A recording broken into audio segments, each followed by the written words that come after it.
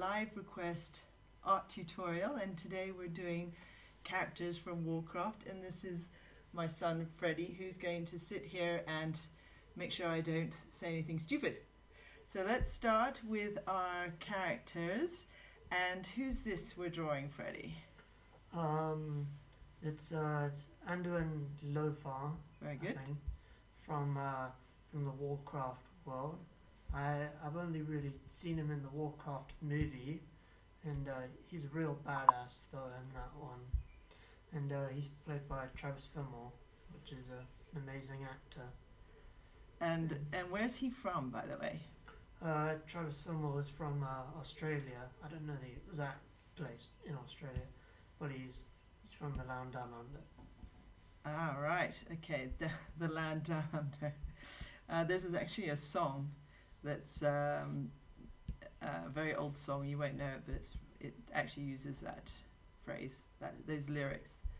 I won't sing it because you might try to run out of the room screaming with embarrassment with your mother.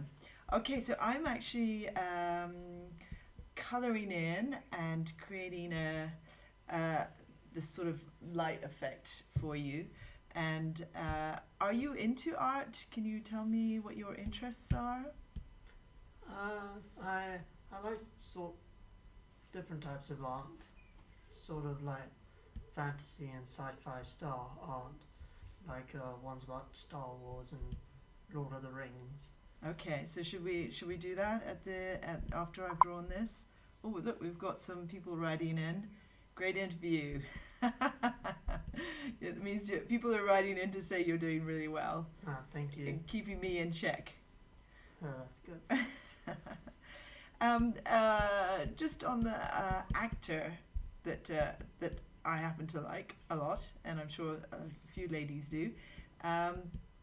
What other shows is he in that we might know? Travis Fimmel is well known for playing Ragnar in the Vikings series. Aha, and he's got those blue eyes, doesn't he, that seem to scare all the peasants away.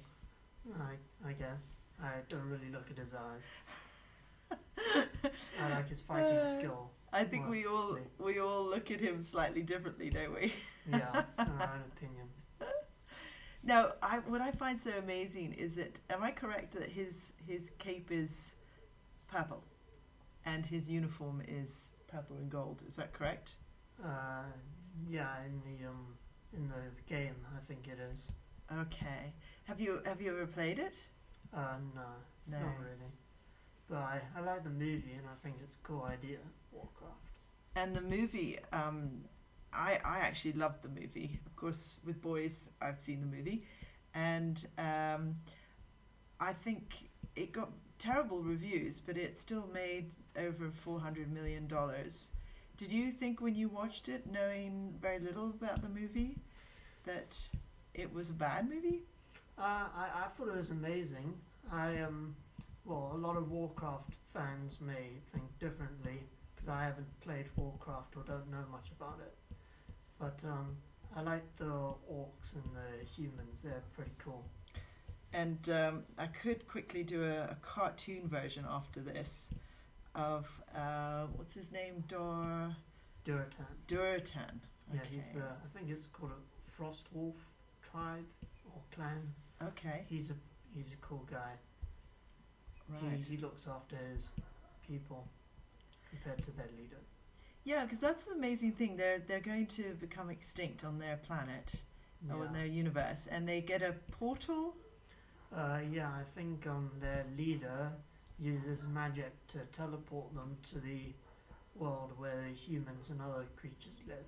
Their world is dying because the magic that their leader uses is destroying it. And it's green magic, and they sort of suck the life out of their captives or something. Is that how they do it? Yeah, it's called the Fell. I think it makes the orcs stronger, and it's the wizard, the leader, uses the magic. He uses the life force from the captives, humans that he has, to open the portal in the movie. Right. To bring the rest of the orc army that was left on the other side of the portal. Okay. That's so for someone who says he doesn't know very much. This is all my knowledge from the movie. I don't know much about the games. The movie that you saw a long time ago. Yeah. That's a good memory. I'm just putting the light in here, the light effect. And I can see that. So you love all those sort of games. What's so attractive about these computer games for you? I just genuinely like curious. I like the races and the worlds and how all the species and how everything works in those. I prefer to watch. I don't really watch Warcraft, but I do love the Warhammer world, which is very different. Warhammer World. Yeah, Warhammer Fantasy. Tell me a little bit about that. Well, the Warhammer world is a huge world. I think it started off as a tabletop game, which is a pretty cool game, and there's hundreds of species that are all fighting to survive. They're all trying to kill each other or survive.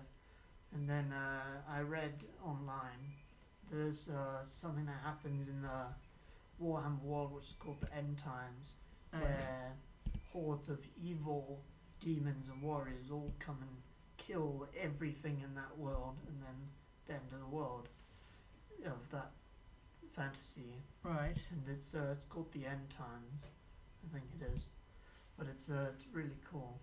And it's a multi-playing game or something like that?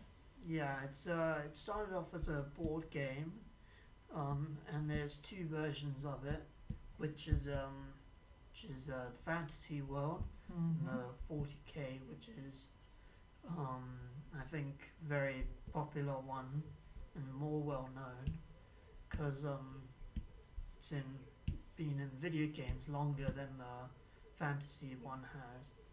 And the Total War series has made two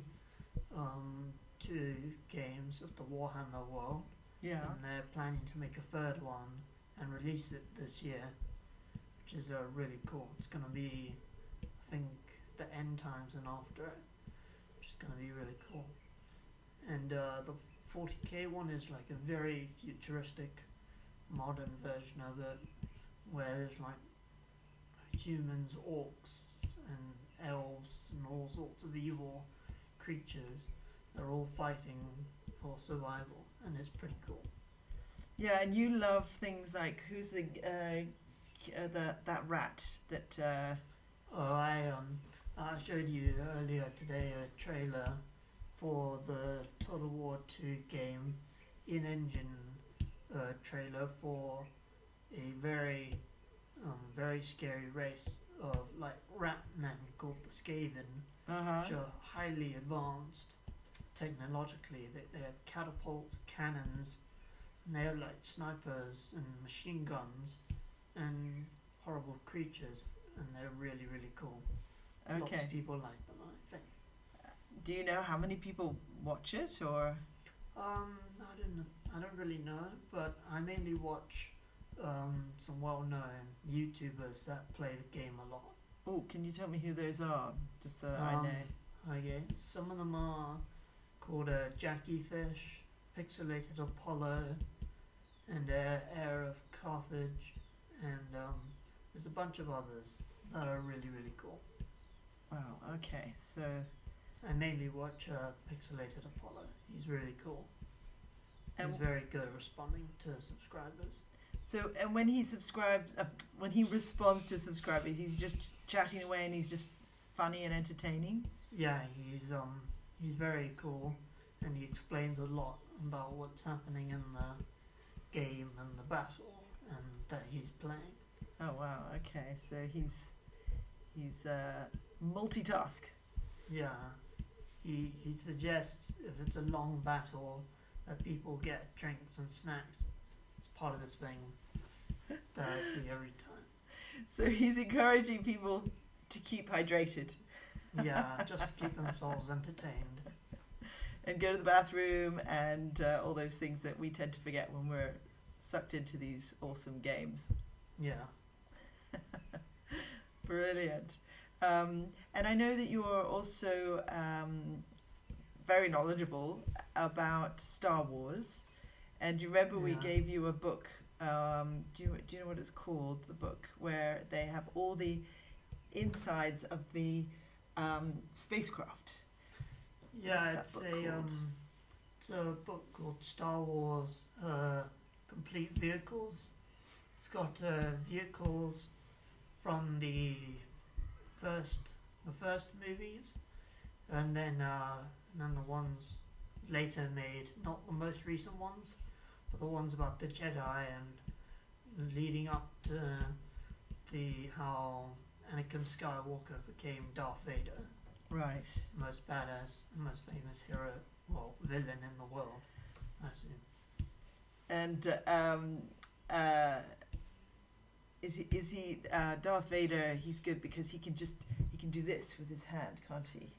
Yeah. I try that on you boys, don't I, to try to get you to come down for... Yeah, and it doesn't work. It doesn't work. Yeah, he does that to force choke people with the force, since he's evil. And are you the Dark Force or the which Force are you? I don't know, because I like both sides. I think the Empire and the First Order are really, really cool, and the Resistance and the Rebellion are also quite cool, because Finn and Poe and Chewbacca are my favourite Resistance heroes. Right. Chewbacca. Now, I drew him last week, and we were teaching people how to do fur.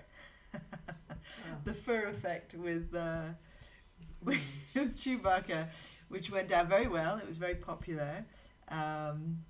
What is it you like about Chewbacca? Well, he's a badass in that he's like a bear, but he's a good friend of Han Solo. But he's also, I don't really know how to describe it, but lots and lots of people love him because he's very funny and friendly in the movies, and we sadly don't get to see much of him with his bowcaster crossbow thing. He's well known for holding all the time. That reminds me, you know all the weapons, don't you, in Star Wars? Not all of them, but I do know quite a few that are nice. And so cool why is the bow? What's it called again? A bowcaster. The bowcaster. Why is that more amazing than all the others?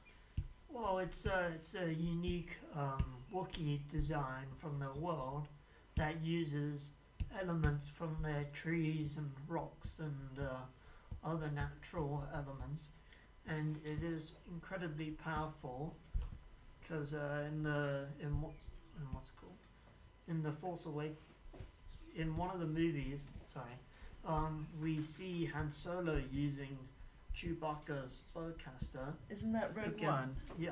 I think it's the First Order movie. It's the one where they find Rey and stuff in her home, and the bowcaster is so strong that it sends a First Order stormtrooper flying 2 meters away, which is really cool. Brilliant. Well, we are coming to the end. Thank you, Freddy. You've been so amazing. And I'm going to finish doing the same effect on the actual... Sorry about that noise in the background. Yeah, that's our dog. Grounding against the ground to scratch herself. Having a scratch. It's everybody's in the room today. That's really great. And Freddy... Oh, well done, Freddy. Thanks for your... Yes, you've been brilliant. Thank you. I'm just going to finish off the background, and then we're going to do a Star Wars ship. Which one would you like me to do?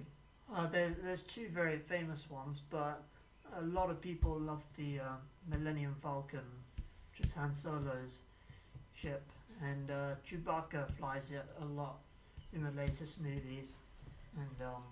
And he's really good at flying it. Oops, let me just get rid of that. It's a smuggling ship, isn't it? Yeah, it was. Han Solo used to use it as a smuggling ship before he became a hero and a good person. Before he became a good person. And who was it that turned him into a good person? Princess Leia and Luke Skywalker, which they became his best friends, and he married Leia Organa, which who gave birth to Kylo Ren in the latest Star Wars movies. That all went a little bit horribly wrong, because didn't Kylo Ren kill his dad as well? Yeah, because he was conflicted, and he loved his dad though in the end, as we saw in the last movie, because his dad stopped him from killing Rey in the last movie. And what's the story? I'm very confused about Rey. Who's she from? Who's her? Is it? I keep wanting to say Snoop Doggy. It's Schnook. No, Snoke, you mean? Schnoke. But no, she was Emperor Palpatine's granddaughter, who was left on Tatooine to keep her safe from her grandfather, who wanted to use her because she is his grandchild, and her parents didn't want that and left her on the planet Jakku, which we first see her, to keep her safe because it's a desolate place that nobody goes to. Could they not have made it sort of a slightly happier setup with her not having to rummage around in old spacecrafts? And I guess they just wanted to have a good intro for her to show how tough she is. Yeah, how tough and incredible she is at. Because she uses her Jedi-like abilities, even though she doesn't know it, to do amazing stuff. Like her natural ability to drive a speeder or fly a plane. A starfighter, I guess you call it now. That's right, and she does eventually ride the Millennium Falcon, isn't it? She rescues everyone. Yeah. So there we go. So thanks for keeping us entertained, and we've now done the characters. Well, one of the characters from Warlock, and you can obviously write in Warcraft. What did I say? Warcraft. That's why he's here. And now we're going to do. I'm going to sadly erase all these, and we are now going to do the spacecraft Millennium Falcon. Okay. And I'm just trying to think what sort of brush I should use for this. So we've got, obviously we want the planet. I'm just going to make this, is it Rogue One where the planet is, what's it called? Scarif, which is a planet I would love to go to on my holidays. I think they filmed it in the Maldives. They filmed it in the Maldives, and I'm just going to draw sort of a cartoon version of it. Right, I've got that. And I'm going to just draw a bit of the atmosphere on here. Let's see if that works. Just trying to get that more. There we go. I'm going to make this bigger now. So we've got the atmosphere. Oh, where's the... Sorry. That's what I was after. Nice one. Okay, so we're creating the planet Earth, well, look-alike. It's Scarif. They filmed it in, where did they film it? The Maldives. Maldives, that's right.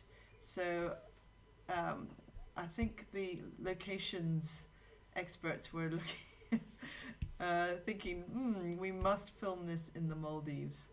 So, and I totally agree with that. That sounds like a fantastic idea. So we're just going to put in a few funny shaped islands, see if that works. Nope. And so it looks like Earth, but it's not. It's just the whole planet is palm trees and islands Yeah, and things. it's supposed to be like the Caribbean, I guess. Lots of islands and lots of nice ocean. Right. Sadly, they couldn't have parties there, instead they have to go and kill each other. And they blow it up, don't they? Yeah, the Empire destroys the planet, or a part of it. Which is terrible. Such a beautiful place. Such a beautiful place. Okay, so I'm just adding these little, and I'm fading them out a little bit so that they're not, they're fading into the distance. So that's great. Thank you, Freddy, for your commentary. And now you're probably thinking, well, where's the ship? So I'm just going to draw outer space. I'm just basically doing the background first, and then I'll add the ship in a minute. And we don't want it to get too close to the atmosphere. I'm just going to blend that. I'm pressing even lighter now. Let's hopefully get that. Okay, and there's a lovely brush I can use called a smoosh, where I use my fingers. Okay, and that is literally, that's Procreate doing all the work for me. Go back to there. So now we've got our space scene, and I'm going to add some stars with my lovely luminous button. There we go. So now we have our background. And we're going to add on top of that the spaceship. And I'm going to use a block shape, and then we'll add in all the detail and a bit of lighting. Does that sound like a good idea? Does that sound like a plan? So on the ship, what is on the ship? What would you say? Is there a kitchen, bathroom? Yeah, there's a kitchen. I don't know about a bathroom. We don't get to see it, but they do have a big lounge area where, in the movies, the Finn and Poe Dameron, they play a sort of like chess game against Chewbacca and almost win, but Chewbacca gets angry and they decide not to win because they learn that when a Wookiee is angry, they can tear their arms off. Yes, so they are quite aggressive, and also the good guys at the same time. Yeah. Okay. I'm just going to try to get the general shape of this craft. And then of course there's the cockpit with the famous, where most of the fighting takes place. Yeah. I'm just going to draw that in here. So I remember seeing on Pinterest a kid's bedroom where he sleeps in the cockpit. Somebody built a bed with the cockpit, which is pretty cool. That is a dad with a toolbox, I would imagine. I'm going to see if I can add these colors now. Good time. There we go. To build one of those at these times. Yeah. Okay. And other ships? Is there I think there's a beautiful one, isn't there, that Padme has? Well, Padme Amidala in the first, in the ones that are supposed to be before the time of the Empire, Padme Amidala, who is played by Natalie Portman, she uses 3 ships in each film, and they're very nice because they're designed by the Naboo people who love good architecture and designs. Naboo. And she was the queen and then senator. Right. Of the planet. I'm just going to make that more bluey. Because she was she a rebel? No.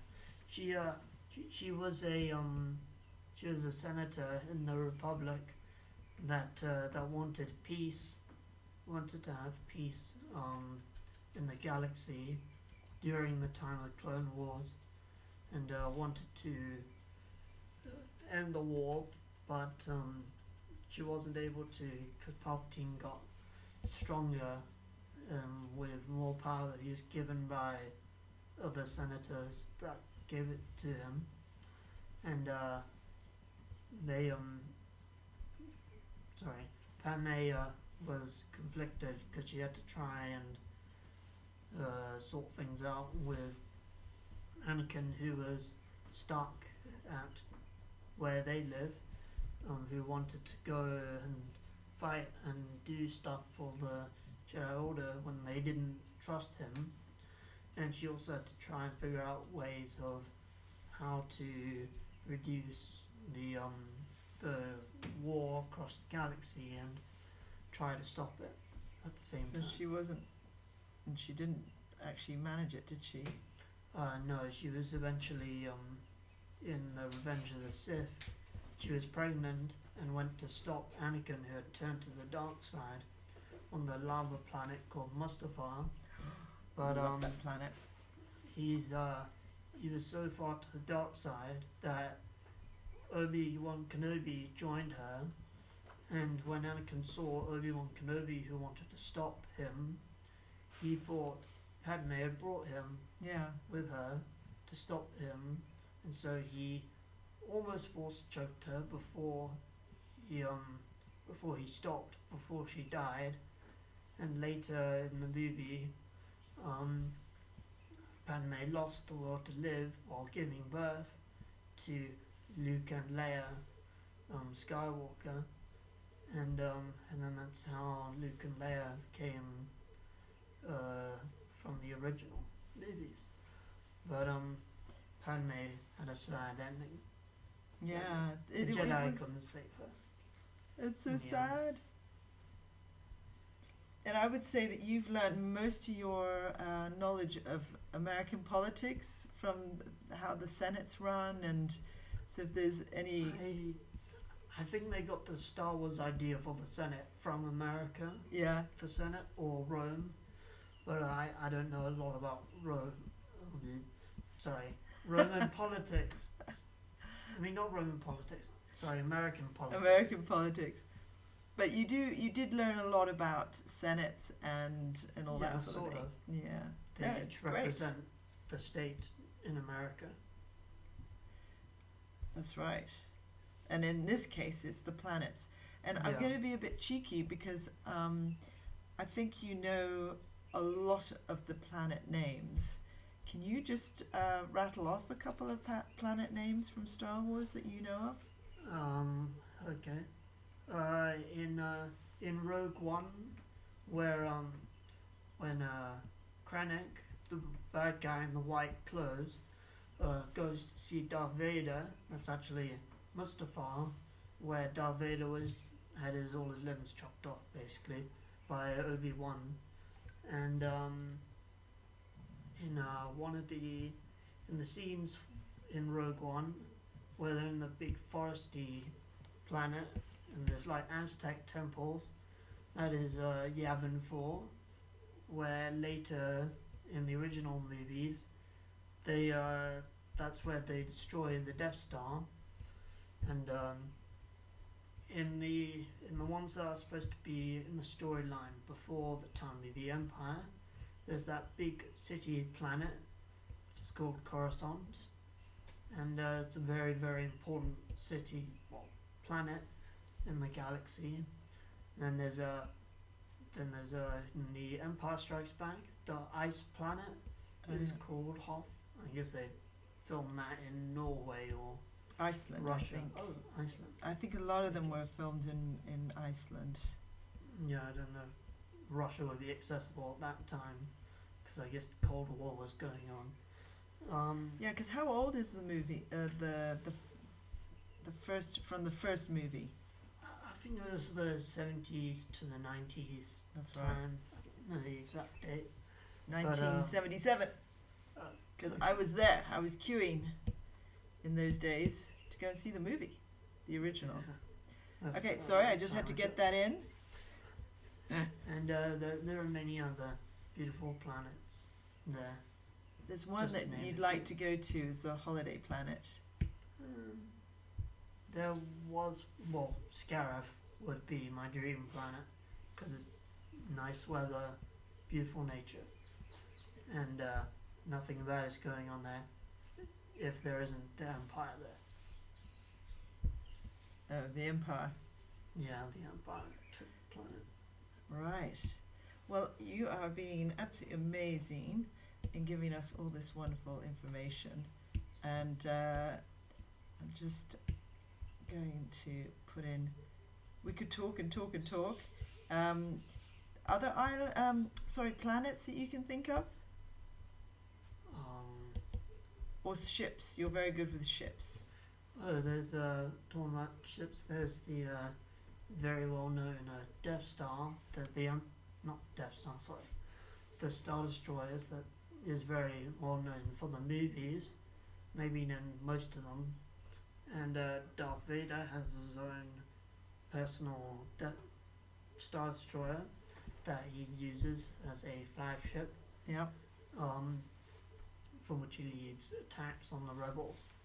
And Star Destroyers have like many weapons, which are mostly designed to defend or attack against rebel style ships, big ones that are easy to hit, and these very powerful guns. Yeah. But as we in the movies, they are very vulnerable to starfighters, which are because they don't have any point defense guns which are quick enough and strong enough to target starfighters. Yep. And which leads to the downfall of many Star Destroyers in the original movies. Can you see the comment from Bob Wago? Yes, you are. You. He is an expert, and it's just because I watch and read a lot about them during my spare time. That's which, right. Means I don't know much else about other stuff. You do know lots and lots, and this is great. And we're nearly done. I'll just check the time. I don't want to put in too much detail, but now we're going to add the white to do with lots of light. So this should be the final bit. And I can take advantage of all the grey underneath and then almost do little blocks and make it look more busy. Does that make sense? I don't know how well people can see that from if you're watching this on your iPhones. Lots of dots and put some more white up there. I think you can see it now. Yeah, that's working. Just wanted to make sure. Okay. So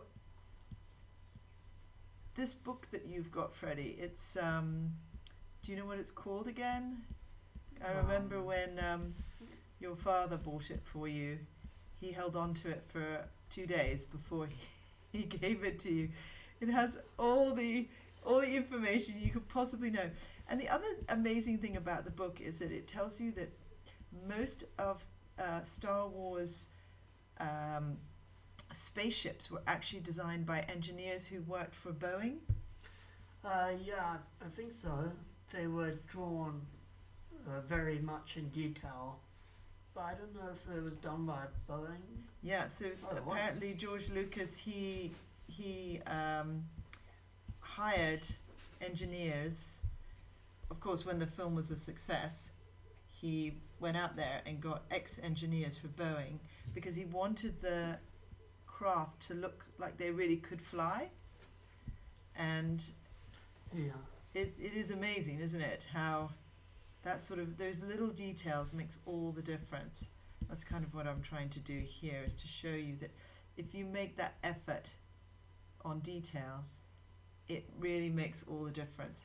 I'm actually going to keep the detail as simple as possible and not tire everyone out with too much information. But this sort of little bit of detail, you can see that the lights hitting the side of the Millennium Vulcan. What? Vulcan. I'm not Vulcan, not Star Trek. Yeah, not that. No, oh, there might be some fans. Do they have They must have computer games for Star Trek. Have you ever played one? I don't know. I don't think so. I don't think I've ever seen one. But I guess most people just love to watch the movies and the series. The movies are great, and I am totally in love with the new Captain Kirk. Oh yeah, Chris Pine. Yeah, very nice. He's a very cool actor. And also, fun enough, the original Captain Kirk. William Shatner. What a wonderful, wonderful actor. And I haven't watched the Star Trek series, or the early ones. But the early ones are great. That's all I can tell you is that they were, had to, in the original show, it wasn't a hit. And then it sort of had, what do you call it when people, not the TV companies didn't think it was a success, but they found out that there was this whole underground fan base. And that happens a lot with shows where the audience sort of discovers something and the TV companies don't think they're going to work, and then they obviously get a massive fan base. Yeah. And then that brings the show back to life, which thank goodness happened to Star Trek, because we've got years and years of Star Trek to enjoy. So I think that's about enough for today. I could not have done this without you, Freddy. You are amazing and so knowledgeable. And if maybe we'll do tomorrow, if you're not, he got a break from e-schooling this morning. So Dean Lord too. That's super. Yeah. Yeah, I got a bit of break until 12:30. So he's got to go back to school now.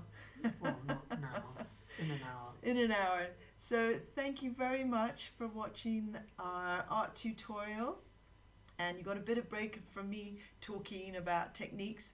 And hopefully you're all now experts on Star Wars and a little bit about Warcraft. Not Warlock. Thank you, and see you tomorrow around the same time. Bye-bye. Bye.